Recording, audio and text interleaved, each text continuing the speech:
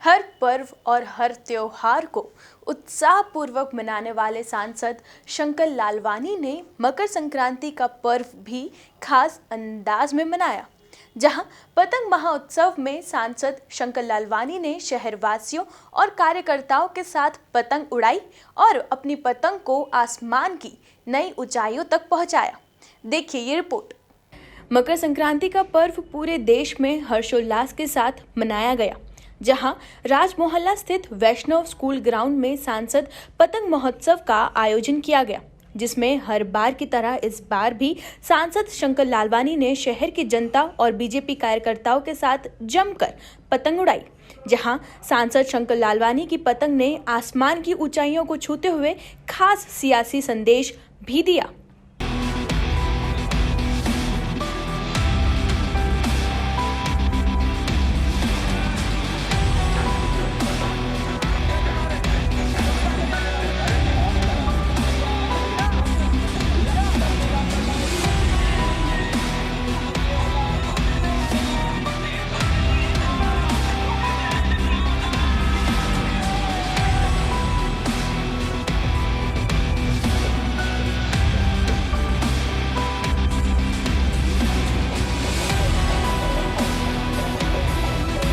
Media से बातचीत करते हुए सांसद शंकर लालवानी ने शहरवासियों को मकर संक्रांति पर्व की बधाइयां दी।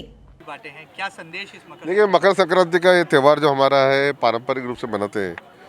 कोविड के कारण सीमित संख्या में मना पा रहे हैं, लेकिन लोगों में जिस प्रकार का उत्साह है, आम जनों को हम देख रहे हैं। अलग अलग इंदौर में, अगर हम इस क्षेत्र में पुराने इंदौर में देखें तो आपको हजारों पतंग आसमान में दिखेगी, और इस बात का प्रतीक है कि भले ही सीमित संख्या में लोग अपने उत्साह का प्रदर्शन कर रहे हैं।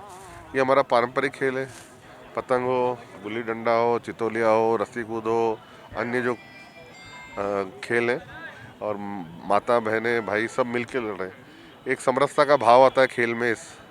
कोई ऊंचा नहीं, कोई नीचा नहीं, कोई बड़ा नहीं, कोई छोटा नहीं, सब समान है, और एक खेल भावना इसमें झलकती है।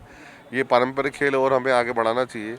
गांव गली और शहर में भले कम हो, पर गांव में अभी भी इसको खेला जाता है। हम चाहते हैं कि शहर में भी इस प्रकार के आयोजन होते रहे।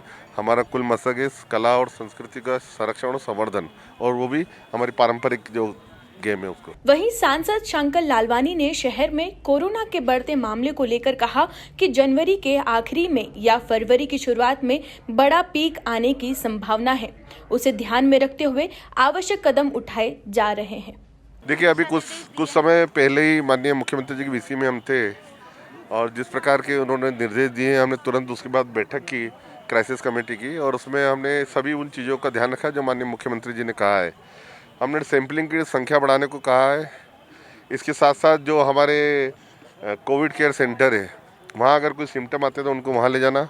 होम आइसोलेशन को विशेष ध्यान रख रहे हैं, क्योंकि जो मरीज हैं, जो अभी सर्वे आया है उसमें 96 मरीज ऐसे जो होम आइसोलेशन में ठीक हो सकते हैं, और 4% ऐसे जो हॉस्पिटल में है, और उसमें भी बहुत कम संख्या में जो आईसीयू में है। उसके बावजूद भी हमने वो सभी प्रिकॉशन रखे, क्योंकि हमारा ऐसा मानना है कि जनवरी एंड में और फरवरी फर्स्ट वीक में एक बड़ा पिक आने की संभावना है, जो कि हम दुनिया का ट्रेंड देख रहे हैं, देश का ट्रेंड देख रहे हैं। उसको जो हमने विशेषज्ञों से बात की है, उसमें इंदौर में भी आ सकता है, तो उसका ध्यान रखते हुए जो आवश्यक कदम है वो सब हम उठा रहे हैं।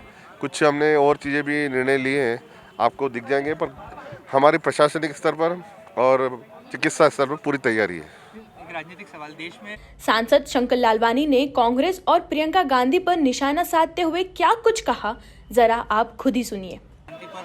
देखिए, कांग्रेस को तो यही नहीं मालूम पतंग क्या होती है, उचका क्या होता है, डोर कौन्स क्या होती है। उनको आप बोलो पतंग बांधने डोर से, तो वो नहीं बांध सकते, तो उड़ा क्या पाएंगे।